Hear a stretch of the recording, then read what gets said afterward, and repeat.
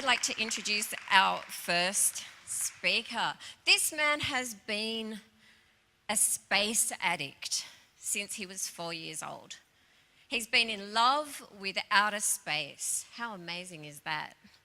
He has met 8 of the 12 men who've walked on the moon. He has an amazing collection of space artifacts. He is a space exhibition curator, and since 2011 has had a dream to create the Swiss Space Museum. Would you please welcome to the stage, with Wake Up the Astronaut Within, Mr. Guido Schwarz.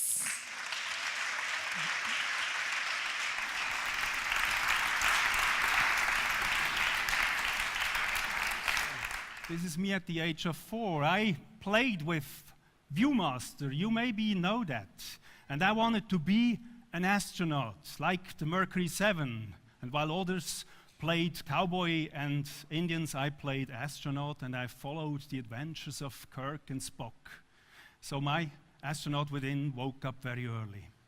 I bet all of you, every single person in this room, has his astronaut within, a childhood memory about space. It's sleeping, so we need to wake it up. And you need a wake-up call. This can be the wonders of the universe, just like this amazing big eruption on our home star, the sun. Or maybe take a look at this picture taken by the Hubble Space Telescope. Every single dot on this picture is an entire galaxy made of billions and billions of stars. And if that's not enough for you, the fraction of the sky that was photographed is as small as a sand grain between your fingertips held against the night sky. And now imagine how many sand grains it would take to cover the whole sky.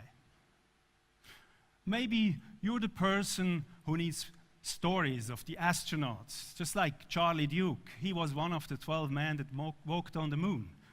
Charlie once told me that when he was launched to the moon, sitting atop the rocket, his heart rate was at 180, while his commander's was as low as 75. And did you know that Charlie left his family photo in the moon dust?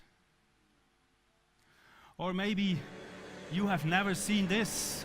Astronaut Chris Hadfield performing Space Oddity aboard the International Space Station. This is not fake, this is really up there.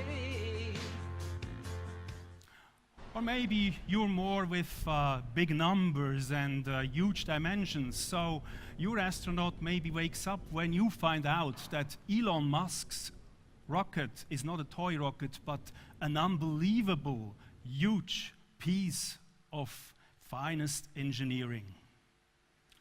Or maybe you compare the Saturn V rocket, the moon rocket, to something you know, just like the Prime Tower in Zurich. So the rocket Saturn V was 111 meters high, and it weighed as much as 35 SBB locomotives.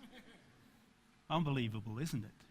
You now see the launch of a Saturn V rocket. Did you know that these 5 engines burned as much as 14 tons of rocket fuel every second? Maybe you're more the person that likes historical artifacts. You don't have to go to the United States to see them. We have them here in Switzerland. This is actually a camera, one of the original cameras that took the footage you just saw. Or look at this famous place, the Mission Control in Houston. There are these iconic consoles where the flight controllers sit at. We have one in Zurich. Or maybe you like this. This is Soyuz MS-05, launched on July 28 this year. Aboard was Paolo Nespoli. He is still up there in the International Space Station, while I already have the rocket engine that propelled his rocket. And other stuff like this beautiful Finn here. Right now I am working on my lifetime project, the Swiss Space Museum. Me and my team see it as a privilege to wake up your astronaut within, no matter if it takes the wonders of the universe or the untold stories of the astronauts or the huge dimensions and big numbers or the artifacts. I want you to help us to bring the space experience down to Earth for everybody. In 2019, we want to have our first exhibition about the moon landings, right in time for the 50th anniversary of the historical Apollo 11. Thank you.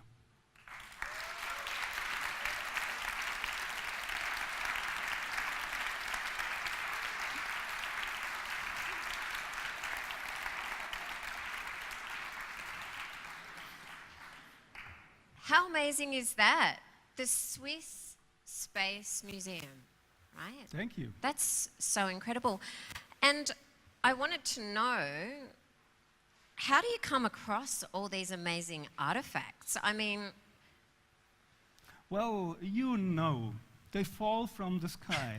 Is that for real? That is for real. They fall out of the sky. Yeah, and a friend of mine who is producing nice watches with a dial made of flown rocket material. He sometimes calls me and says, in his truck there is some stuff left, so I can have it. Yeah. That's amazing. But I've got to ask you something that's been on my mind since I found out that your watch is made of rocket stuff. Isn't it radioactive?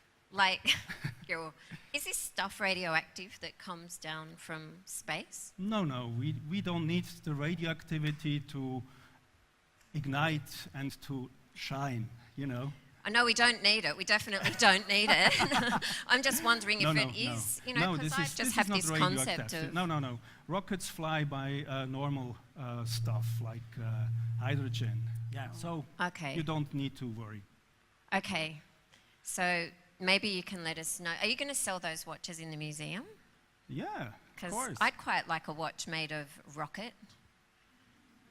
I'd quite like a watch made of anything, actually. Yeah.